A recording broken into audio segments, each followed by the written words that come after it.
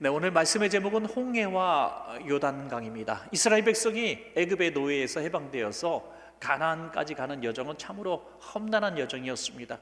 그 40년의 여정 가운데에 이 홍해 바다와 요단강을 건너는 이 두 사건은 굉장히 의미가 있습니다. 상징적인 의미가 있습니다. 시기적으로 먼저 의미가 있죠. 첫 번째는 홍해는 이스라엘 백성이 애굽의 노예에서 해방되어서 나와서 첫 번째 만난 장애물이었다고 볼 수 있습니다. 엄청나게 큰 장애물이죠. 그리고 이 요단강은 이 40년 광야 생활을 다 마칠 즈음에 최종 관문과 같은 강이었죠. 그 장애물이었습니다. 그런데 이 시기적으로도 물론 달랐습니다만은 건너는 방법도 하나님은 다르게 제시하셨습니다. 홍해는 하나님께서 다 열어놓으시고 건너게 하셨습니다. 다 열어놓고 그냥 건너가면 된다.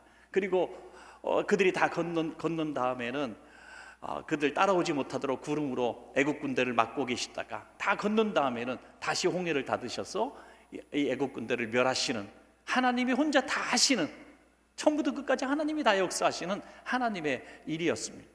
그런데 요단강은 40년 다 마친 즈음에 마지막 관문이라고 그랬죠. 1세대는 여호사와 갈렙 외에는 못 들어가고 모든 세대가 다 광야에서 죽고, 그 다음 세대입니다. 이들은 훈련받은 세대죠. 애굽의 노예에서 한 430년 애굽에 있었다고 하지만은 시기적으로 그렇지만 실제 노예 생활은 한 200년에서 210년 했다고 이 성경학자들은 말하고 있습니다. 이 노예 생활 200년 동안 노예 생활을 한 그들이 이 수동적으로 아무것도 할 수 없는 그들에게는 하나님이 다 열어놓고 하셨지만, 이제 광야에서 40년 훈련받은 출애굽 다음 세대 사람들, 주로 젊은이들이겠죠. 이들에게는 전혀 다른 방법으로 요단강을 건너게 하신 것이죠. 그들의 믿음을 보신 것입니다. 그래서 요단강을 열어놓기 전에 너희가 먼저 발을 디뎌라. 발을 밟으면 요단강이 열리리라. 이렇게 말씀하셨습니다. 전혀 다르죠. 그래서 저는 홍해와 요단강 아주 비슷한 것 같지만 이렇게 많이 다른 이 두 가지를 통해서 오늘 저와 여러분이 같이 은혜를 나누기를 원합니다. 오늘 저와 여러분의 예수 믿은 시기가 이들처럼 다를 수가 있습니다. 처음 믿은 분도 계시고, 또 신앙생활 오래 했지만 아직도 잘 신앙에 깊이 들어가지 못하신 분도 계십니다. 그리고 또 어떤 분은 신앙생활도 오래 하셨고 또 많은 믿음의 연단과 훈련을 받으신 분들이 계십니다. 그래서 직분도 있고 또 충성하고 계신 분들도 계시죠. 하나님은 각각 그 믿음의 시기와 그리고 믿음의 수준 따라서 때로는 홍해를 장애물로 허락하시고요, 때로는 요단강을 우리 인생의 축복의 장애물을 주신다는 것이죠. 그러나 참 감사한 것은 우리의 수준에 맞게 주셨던 홍해든지 요단강이든지 하나님은 건너게 하시기를 원하신다는 것이죠.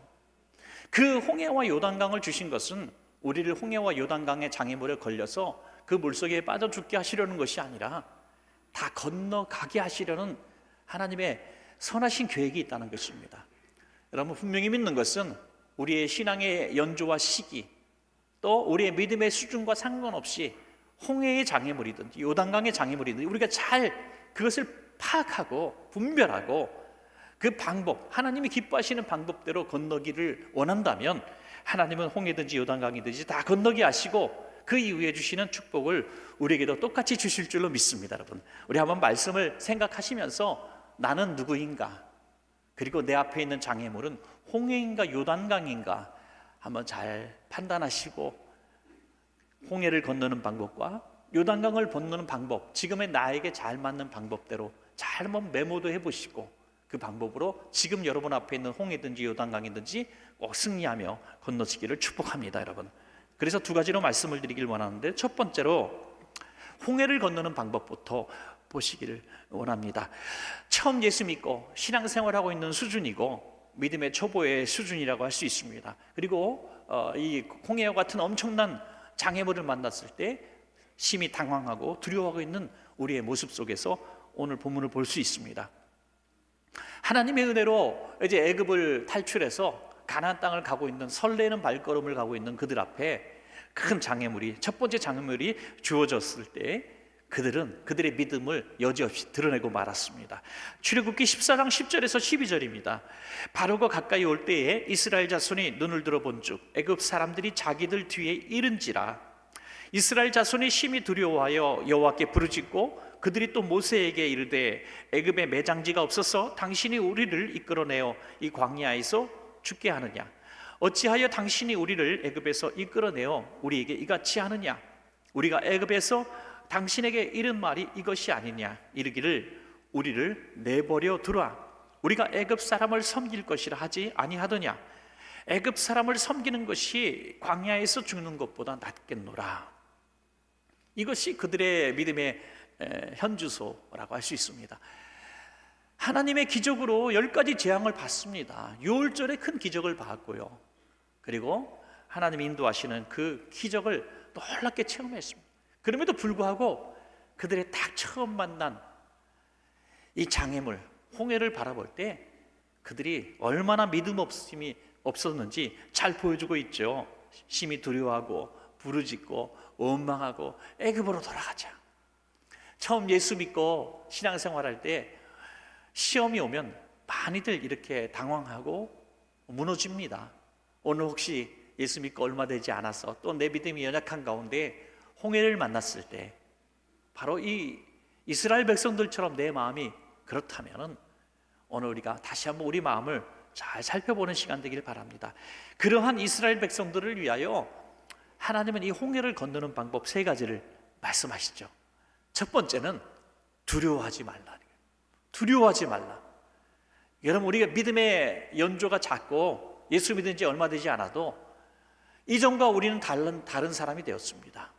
이제는 혼자 결정하고 혼자 살아왔지만 이제 하나님이 애굽에서 이끌어내시고 구원의 반열에 세워주시고 신앙인으로 살게 하셨다면 이제부터 어떠한 문제를 만나든지 절대로 이스라엘 백성처럼 두려워해서는 안 된다는 것입니다. 출애굽기 14장 13절입니다. 우리 한번 같이 읽어볼까요? 시작. 모세가 백성에게 이르되 너희는 두려워하지 말고 가만히 있어서 여호와께서 오늘 너희를 위하여 행하시는 구원을 보라. 아멘. 너희에게 준 시련이 아니다는 거죠. 하나님이 해결하실 일이라는 것입니다. 어떻게 하라고요? 그냥 가만히 있어서 구경만 하라 이거예요. 구경만 하라. 구경만 해도 된다는 겁니다. 여러분, 때로는 하나님께서 이렇게 우리에게 말씀하십니다. 그냥 입술로 죄만 짓지 마라 이거예요. 원망 불평하고 두려워하고 투정 부리지 마라. 가만히나 있으면 본전이나 가는데 자꾸 입술이 소위 방정되게 말을 해서 하나님이 주실 축복도 줄 수가 없다는 거예요. 여러분, 그래서 이 시험을 만날 때마다 우리는 입조심을 해야 되는 거죠. 두려움은 원망을 자아내고 불평을 자아내게 됩니다. 내가 예수 믿고 왜 이렇게 되는 일이 없다고 말이죠. 되는 일이 없다고. 어떤 성도님은 한동안 다른 종교라든지 미신을 섬겼던 분인데 이제 큰 결심을 하고 교회를 딱 등록했는데 교회 등록하면 더 큰 신이 이 하나님이라고 믿었기 때문에 하나님을 섬기기로 작정했는데 그 다음 주에 돌부리에 걸려 딱 넘어져 갖고 다치셨어요. 아이고, 이전 신이 질투하셔갖고 노하셔가지고 나를 넘어지겠다고 다시 옛 신으로 돌아가는 게 나 신상에 좋겠다고 교회를 안 나온 데를. 이게 실제 상황입니다, 여러분. 저희도 경험했던 이야기. 조그만 장애물을 만나도 다시 옛날로 돌아가는 거예요. 애굽으로 돌아가자, 애굽으로 돌아가자. 그래서 처음 교회를 등록하고 신앙생활을 하려고 했던 분들이 장애물 조금만 큰 거 만나면 우수수 낙엽처럼 무너집니다. 왜요? 그만큼 믿음이 아직도 연약한 그릇이기 때문이죠.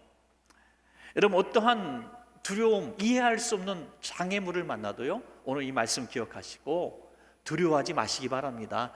그리고 절대 원망하지 마시기 바랍니다. 결국 하나님이 하시는 것을 우리는 조금만 참고 기다리면 홍해를 열어주시는 것을 우리가 분명히 보게 될 줄로 믿습니다, 여러분. 두 번째는요, 홍해를 향하여 나아가라, 나아가라. 출애굽기 14장 15절 말씀 한번 또 보겠습니다. 시작. 여호와께서 모세에게 이르시되 너는 어찌하여 내게 부르짖느냐? 이스라엘 자손에게 명령하여 앞으로 나가게 하고. 지금 이스라엘 백성들은 애굽으로 돌아가자고 했습니다. 애굽으로 돌아가자. 다시 뒤로 돌아가자. 옛 생활로 돌아가자. 처음 예수님 믿고 또 집사님이라도 되게 되면 우리 공동회의 때 집사님 신임 서약을 합니다. 그때 보면 뭐 성결한 생활이라든지 뭐 헌금 생활이라든지 뭐 주초를 금한다는 이야기든지 이런 선언을 하게 될 때 참 내가 잘못 들어왔구나, 집사님 잘못됐구나 이런 생각을 하는지도 모르겠어요. 그러나 그래도 내가 서약을 했으니까 지켜봐야겠다 이렇게 하는데 그게 쉬운 일이 아닙니다, 여러분. 왜 오랫동안 길들여졌던 과거의 습관, 그런 삶의 태도들은 하루아침에 내가 의지로 바꿀 수 있는 게 아니거든요. 그래서 조금만 내가 무너지고 다시 죄 가운데 들어가게 되면 너무 큰 낙심을 하게 됩니다. 야, 나 같은 게 뭘 신앙생활 하겠다고, 나 같은 게 뭘 집사님으로 살겠다고, 그냥 옛생활로 돌아가자. 옛생활이 편하다. 그러면서 다시 한순간에 옛생활로 돌아가는 이런 일들이 얼마나 많은지 알 수 없습니다. 여러분 꼭 기억하십시오. 그거는 망하는 길입니다. 홍해가 우리를 망하게 하는 길입니다. 그러나 신앙에는 후퇴가 없습니다. 앞을 바라보라는 것이죠. 홍해 너머를 바라보라는 것입니다. 장애물이 생겼을 때 절대로 뒤를 돌아보지 마시고 홍해 너머에 주실 하나님이 주실 그 축복을 바라보면서 이 홍해 앞에 당당하게 서시는 여러분 되시기를 바랍니다. 여러분, 한 분도 우리 빠짐없이 홍해라는 장애물 만날 때마다 뒤돌아서지 말고 신앙의 경주 끝까지 잘 달리시기 바랍니다. 여러분, 우리 원천교회 성도님들, 오늘 특별히 영상으로도 예배하는 여러분들, 오늘 예배하는 여러분들 제가 다 눈도장 지금 찍었습니다. 한 분도 빠짐없이 낙오하지 마시고 천국에서 만납시다. 할렐루야. 마지막 세 번째는요, 홍해를 향하여 손을 들라. 손을 들라. 대단한 거 요청한 거 아니죠. 모세에게 하신 말씀입니다. 지도자에게 손을 들라. 출애굽기 14장 21절입니다. 한번 또 같이 읽어볼까요? 시작. 모세가 바다 위로 손을 내밀매 여호와께서 큰 동풍이 밤새도록 바닷물을 물러가게 하시니 물이 갈라져 바다가 마른 땅이 된지라. 아멘. 이스라엘 백성은 지금 가만히 구경만 하고 있습니다. 모세에게 하신 말씀, 영적 지도자가 손을 드니까 바다가 갈라지고 맨바닥이 드러나게 됩니다. 그제서야 와 하고 함성을 질렀겠죠. 여러분, 이 모세는 그 이후에 또 여러 가지 손을 드는 역사가 있었죠. 아말렉과 싸울 때에도 손을 들어 기도할 때 모세만 손을 들었는데 이스라엘 백성이 승리했습니다. 여러분, 내가 믿음이 연약한 분들은요, 나를 인도하는 믿음의 선배들, 믿음의 영적 지도자들을 손 들어줄 수 있도록 도와줘야 됩니다. 여러분, 손 들어줄 수 있도록. 그들이 손을 들고 이렇게 축복할 때, 기도할 때 우리는 아멘으로 받으면 되는 거예요. 여러분, 영적 지도자가, 또 여러분의 구역장님이, 또 우리 장로님들, 우리 부교육자님들이 여러분들에게 위에서 손을 들고 축복하잖아요. 손을 들고 기도하잖아요. 안수하고 기도하잖아요. 그럴 때 그 손을 끌어내리셔는 안 되는 거예요. 아론과 훌처럼 그 손을 받들어 주시기 바랍니다. 그 축복이 그대로 임하는 거죠. 여러분, 임하는 거예요. 여러분, 제가 오늘 설교를 하는 목사인데 오늘 올라오기 직전에 저 문턱에서 딱 기다리고 계시다가, 목사님 제가 잠깐 기다리고 있어요. 저 설교해야 되는데 제가 좀 따질 것이 있어서 그렇습니다. 그러면서 그 앞에서 말을 하면 제가 설교 시간에 올라와 설교가 되겠습니까? 여러분, 손 들고 축복하려는 사람을 손을 끌어내리면 축복할 수가 없는 거잖아요. 그러니까 여러분들 조회종들을 위해서 기도해 주셔야 됩니다. 여러분을 이끌는 구역장님과 장로님들, 교구장님들, 우리 부목사님들을 위해서 기도해 줘야 됩니다. 영적 지도자를 위해서 손들 수 있도록 도와줘야 됩니다. 더 원하는 것은 같이 손들어주면 얼마나 좋을까요? 여러분, 만약에 모세가 손들고 축복할 때, 홍해 바다를 향해서 물러가라고 명령할 때 모든 이스라엘 백성이 같은 믿음을 가지고 같이 손들고 기도했다면 얼마나 장엄했을까요? 우리 원천교회 성도님들은 그렇게 되기를 소원합니다. 여러분, 믿음의 손을 듭시다. 우리가 장애물을 만날 때마다 교회의 장애물, 개인의 장애물, 사업의 장애물, 이 나라와 민족의 장애물이 있을 때마다 우리 원천교회 성도님들이 두 손 들고 같이 축복할 때 그 모든 장애물 홍해바다처럼 다 열릴 줄로 믿습니다, 여러분. 그래서 합심기도가 얼마나 중요한지 모릅니다. 여러분, 구역예배가 얼마나 중요한지 모릅니다. 바라기는 여러분들 어떤 기도 그룹에 꼭 들어가시기 바랍니다. 구역이든지 기관이든지 어떤 봉사 사역자든지 여러분 어떤 모임에 들어가서 같이 손들고 기도하는 거, 이거 대단히 중요합니다. 그 귀한 역사가 우리 성도님들 가운데 일어나서 나는 비록 믿음이 연약하지만 함께 모여 합심하여 기도할 때 홍해가 열리는 기적을 우리가 보게 될 줄로 믿습니다, 여러분. 마지막 두 번째로 이제 요단강을 건너는 방법이죠. 이제 신앙 연조도 있고 교회에서 직분도 있고 그런 분들에게 주시는 말씀이라고 할 수 있습니다. 물론 처음 예수 믿은 사람도 이런 믿음 있는 분들도 있다는 것을 저는 생각을 합니다. 자, 요단강은 40년 광야 생활 다 마치고 이제 마지막 관문과 같은 이제 상징적 의미를 담고 있는 것이죠. 요단강입니다. 자, 요단강을 건너는 방법은 조금 다릅니다. 홍해 때는 하나님이 다 하셨어요. 모세를 통해서 다 하셨습니다. 가만히 서서 구경만 하다가 소리 지르고 들어갔어요. 그런데 요단강은 다릅니다. 요구하시는 게 너무 많아요, 여러분. 믿음 있는 분들, 신앙의 연조가 있는 분들, 우리에게 주어진 요단강은 홍해처럼 가만히 기다려서 될 일이 아니라고 하는 것이죠. 첫 번째, 스스로 성결하게 하라. 여호수아 3장 5절입니다. 같이 읽어보겠습니다. 시작. 여호수아가 또 백성에게 이르되 너희는 자신을 성결하게 하라. 여호와께서 내일 너희 가운데서 기이한 일들을 행하시리라. 아멘. 우리에게 장애물이 생길 때마다, 요단강과 같이 장애물이 생길 때마다, 예기치 않은 문제들이 생길 때마다 우리는 당황하지 말고 홍해를 열듯이 요단강 열어달라고 먼저 기도할 것이 아니라 우리의 자신을 보고 회개하라는 것입니다, 여러분. 사랑하는 원천교회 성도님들, 믿음의 수준에 이르시는 성도님들, 신앙의 연조가 있는 분들은 어떤 인생의 장애물을 만날 때마다, 시련을 만날 때마다 먼저 나를 돌아보고 회개해야 복될 줄로 믿습니다, 여러분. 누구를 원망해서는 안 된다는 거죠. 그거는 초신자 때나 하는 얘기예요. 불평하고 소리 지르고 과거로 돌아가는 것은 예수 처음 믿었을 때나 하는 일입니다. 이제 신앙의 연조도 있지 않습니까? 직분도 있지 않습니까? 믿음도 있지 않습니까? 문제를 만날 때마다 누구를 원망하고 돌아볼 것이 아니라 내 자신을 돌아보는 거예요. 하나님, 제가 회개합니다. 왜 이런 문제가 생겼는지, 왜 이런 장애물을 주셨는지 제 자신을 돌아보고 성결하게 하기를 원합니다. 그럴 때마다, 장애물을 만날 때마다 우리는 점점 더 성화되어가는 복된 성도가 될 줄로 믿습니다, 여러분. 두 번째는 언약궤를 맨 제사장들을 따르라 그랬습니다. 여호수아 3장 14절입니다. 함께 읽습니다. 시작. 백성이 요단을 건너려고 자기들의 장막을 떠날 때에 제사장들은 언약궤를 메고 백성 앞에서 나아가니라. 아멘.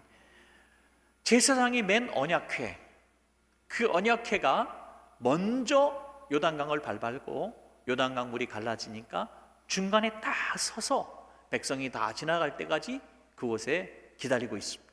무슨 의미가 있습니까? 저는 언약궤에 초점을 맞춥니다. 언약궤가 뭡니까? 이스라엘 백성이 지난 40년 동안 이 광야 생활 가운데서 하나님의 역사를 체험했던 상징물들이죠. 십계명 담은 두 돌판, 그리고 만나를 담은 항아리, 그리고 아론의 쌍난 지팡이, 이 세 가지입니다. 광야 생활 가운데 하나님이 함께 하셨던 기적의 의미가 있는 상징물들이죠. 곧 하나님의 임재를 의미하는 것이죠. 하나님의 말씀, 하나님. 다시 말해서 오늘 우리가 해석한다면 오늘 이 하나님의 말씀과 성령님의 인도를 받으라는 것이죠. 말씀에 중심 서서 좌로나 우로나 치우치지 말고 다 버티고 설 때에 요단강이 갈라진다는 것입니다.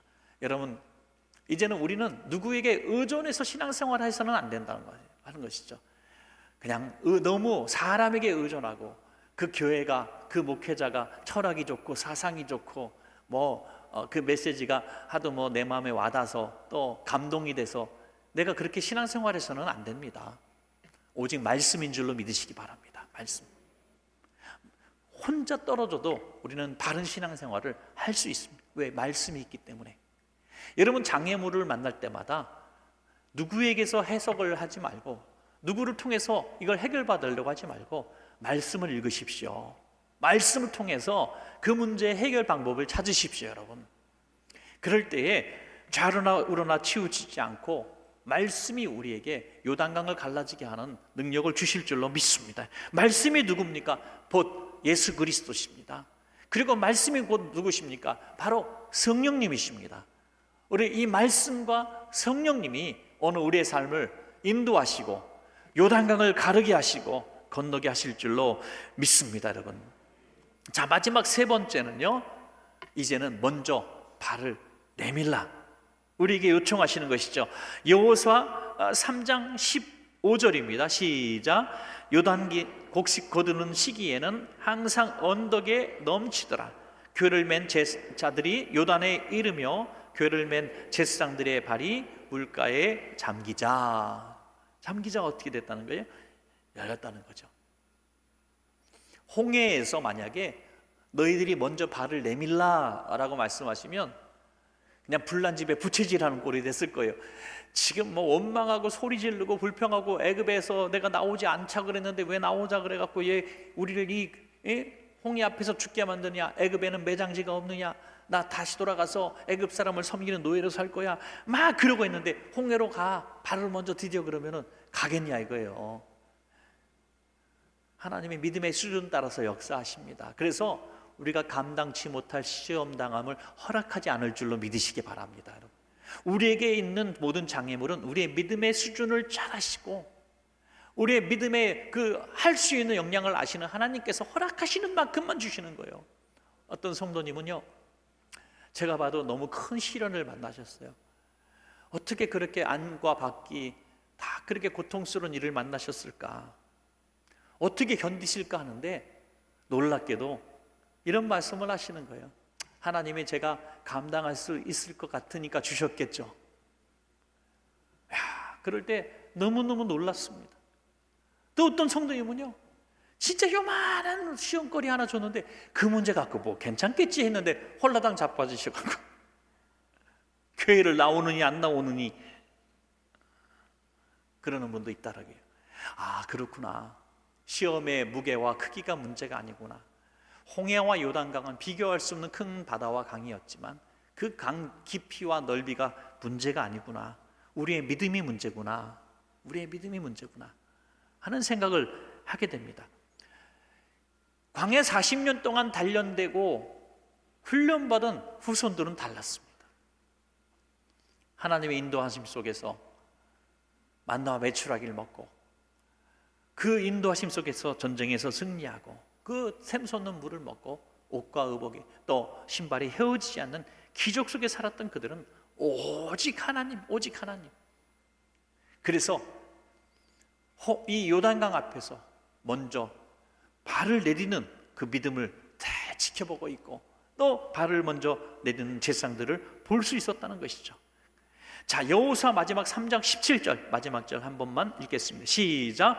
여호와의 언약궤를 맨 제사장들은 요단 가운데 마른 땅에 굳게 섰고 그 모든 백성이 요단을 건너 그를 마칠 때까지 모든 이스라엘은 그 마른 땅으로 건너갔더라. 아멘.